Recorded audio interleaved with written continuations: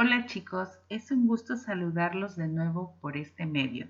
Soy Miss Elba y para concluir con el bloque 6, veremos un segundo grupo de textos recreativos que responden a necesidades comunicativas distintas y que también expresan y provocan emociones, sensaciones y placer.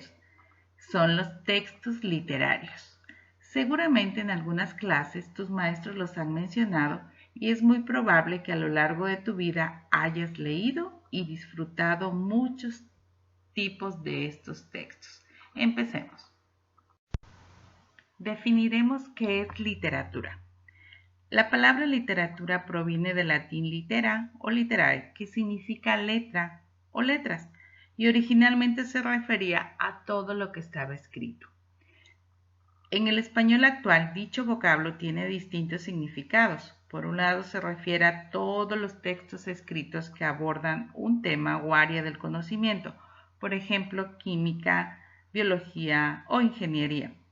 Sin embargo, a partir del siglo XVIII comenzó a utilizarse para identificar y nombrar cierto tipo de textos a los que se atribuyen cualidades y valores artísticos, como novelas, cuentos y poemas, que son algunos ejemplos. También es importante mencionar que la literatura es considerada una de las bellas artes. El Diccionario de la Lengua Española establece que la literatura es el arte de la expresión verbal. Otra acepción o significado se refiere al conjunto de obras literarias de una época, un lugar o un género. En la literatura predomina la función poética de la lengua, por lo que la forma en que se construye el mensaje tiene tanta importancia como el contenido.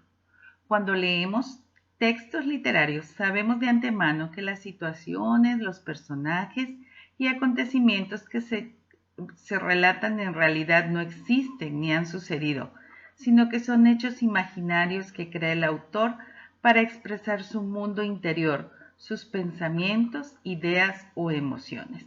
A esto se le denomina ficción literaria y precisamente consiste en que el autor toma como base la vida real para trasladarla a la literatura.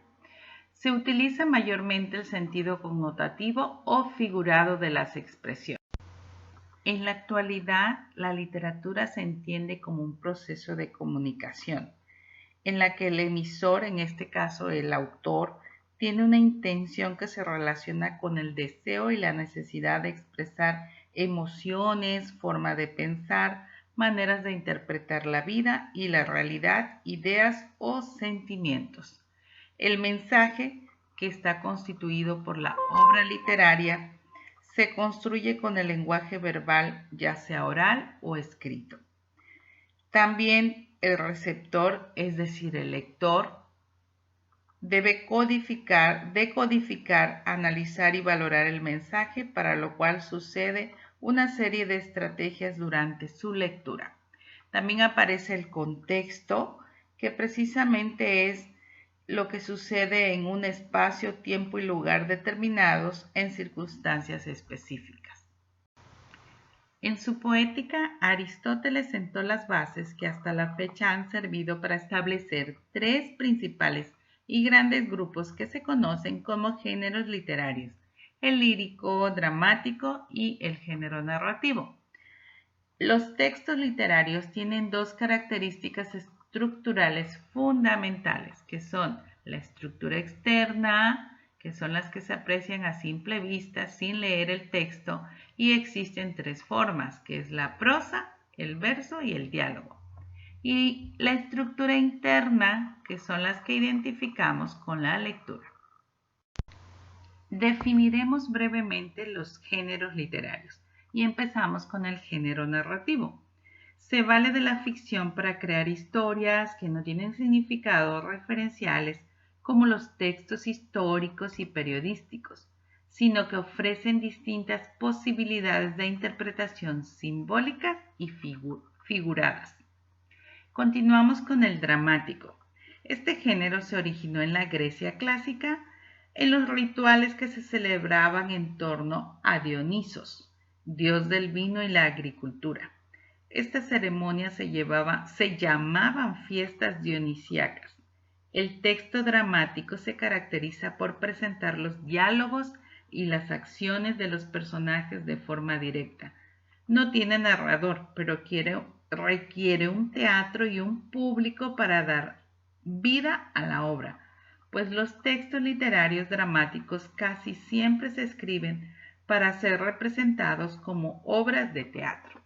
Y por último veremos el género lírico.